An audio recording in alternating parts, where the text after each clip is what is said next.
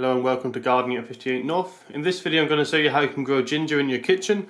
So all you need is some ginger from the supermarket. Anything about this size is fine. Not any smaller, this probably is a tiny bit too small, this one, but that's about the right size. Probably about an inch or so in diameter is what you need. You can go for slightly larger, but then it becomes slightly less efficient. And you want to break a large one up into individual pieces because that will give you more individual plants and then they'll have more space to grow and you should get a better harvest. So the ones from the supermarket are fine. If you can find ones that have eyes starting to appear, I wasn't able to find any in my supermarket, but an eye is basically a bit that's a little lump on it that starts to grow up and it normally has smoother skin on it. That'll give you a slight head start, but it's not essential. You can do it without having eyes on the ginger. So you just want to get your pieces of ginger. You want to give them a good wash because sometimes they put chemicals on them to stop them from growing. If you give them a good wash, if they have good chemicals, that should get rid of any of them. If they're organic, then you don't need to worry about that. Next, you just need some compost. So what you want is some really rich compost, which holds plenty of moisture and has plenty of feed in it. But it also needs to be free draining because gingers rot very easily if they're too wet. So I put some perlite into mine, which is this white material, but you can put some grit or some small stones to help with the drainage. And all you need to do is bury your ginger about an inch underground. So you can see here. So I'm just going to place them on the surface like this, just a little bit away from each other, give them enough space. And you want to lay them flat as well. It doesn't matter too much about which direction you plant them, but generally they grow flat. And then you just want to cover them in soil, as I say, just about an inch underground. And that's how simple and easy the planting is. Once you've got it planted, you want to give it a really good soak so the compost is nice and damp, and then put it in the warmest places in your kitchen. So on top of a fridge or something like that, somewhere nice and warm. It doesn't need light for now, but somewhere really warm. And don't water it until it either has a shoot coming out the top, or if it does get completely bone dry, then I would water it. But generally it's best to give it a good soak and then let it dry out a little bit, and that seems to encourage the ginger to grow a little bit better. So put this in a really warm place. Ginger is a tropical plant. It comes from the tropics, so it's hot all year round when it grows.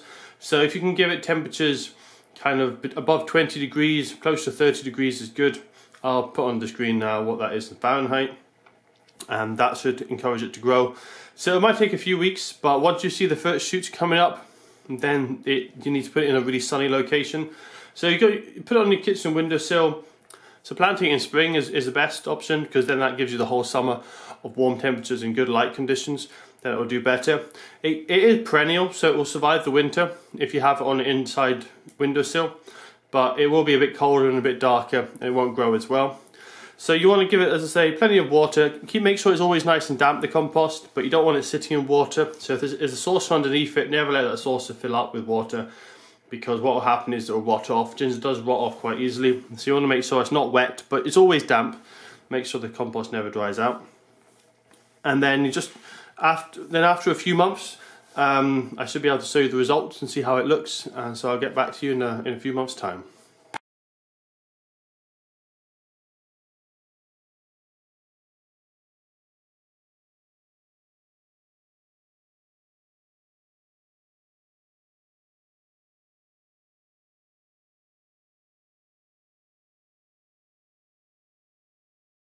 So the first part of that video was filmed back in late February. It is now actually January, so it's almost a complete year since I started this video.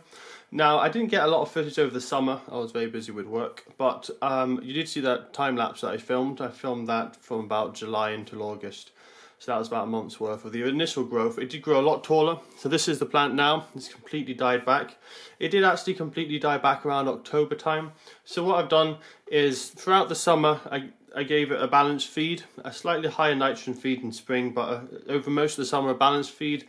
Then come September time, the growth actually stopped on the plant, and what I did then is I switched over to a tomato feed and I reduced the watering, so it was a bit drier and let it dry out a bit more in between waterings, and that just kind of helped to go into dormancy and helped to put all the remaining energy that it had into the tubers instead of growing new leaves. So these were all the leaves. As you can see, it grew a lot. I've just kept them just to show you how much had grown, and I'll show you now a close-up of the tubers and give you an idea of how it was growing over the season. So originally, I think this is the original tuber. This is kind of shriveled up and started to die. It then sent up a new leaf, That leaf then slowly fattened up, and as that fattened up, it then sat out another and another, and it kept sending up several leaves. I think there was probably in total about 4 or 5 shoots that came up, each with lots of leaves on them. And at the base of each shoot, it then started to fatten up this new tuber above ground. So there was 2 tubers I put in here originally, but one of them completely died and didn't take at all, and one of them grew. So I'm just going to empty this now and see what we have, see how much of a tuber is remaining.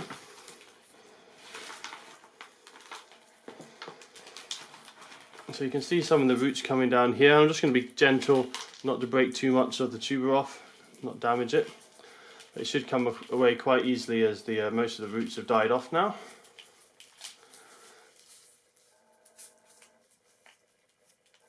So you can see that's what we're left with. We've got the original tuber there, which is as I say, shriveled up and dead. I can just snap that off.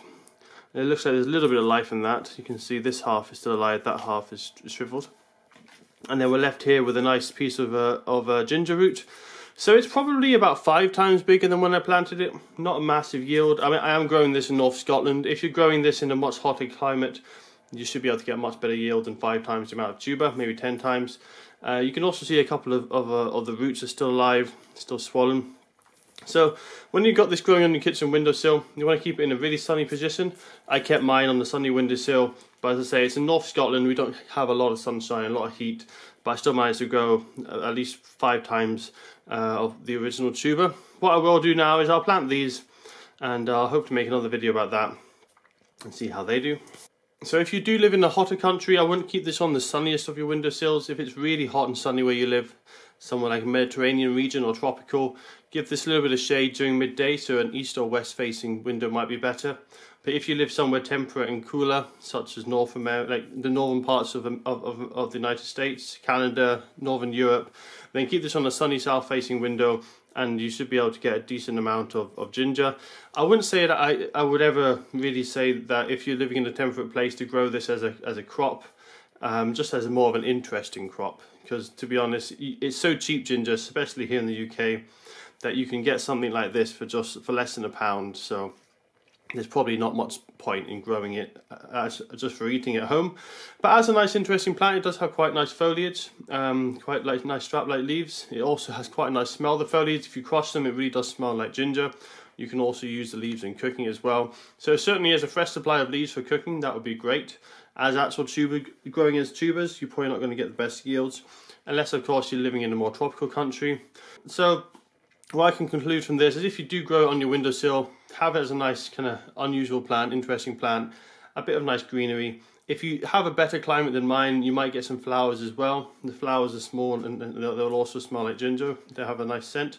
I didn't get any flowers on mine. I think I'm a bit too far north for that. Maybe if I had a slightly hotter kitchen, it would do better. My kitchen's only about 20-23 degrees over summer, whereas if you live in a hotter country where it gets up to 30, you might get much better results from that. Now you might have seen in the time-lapse video that some of the leaves were going a little bit brown. The reason for that is I had thrips on mine. They seem to be very badly affected by thrips. If you do get thrips, you can rub them off with soapy water, spray them with swabbing alcohol, or you can also get microscopic mites which can eat them as well. So thrips can be a problem. Otherwise, there's not too many pests that seem to affect the ginger. Certainly the aphids didn't bother it too much. I did get a few aphids this summer, but some of the plants next to it were devastated by aphids, such as my pepper plants. It didn't really touch the ginger. So it is quite a solid plant in that way. So I think that's it for this video, and I'll hopefully do some more culinary plants soon.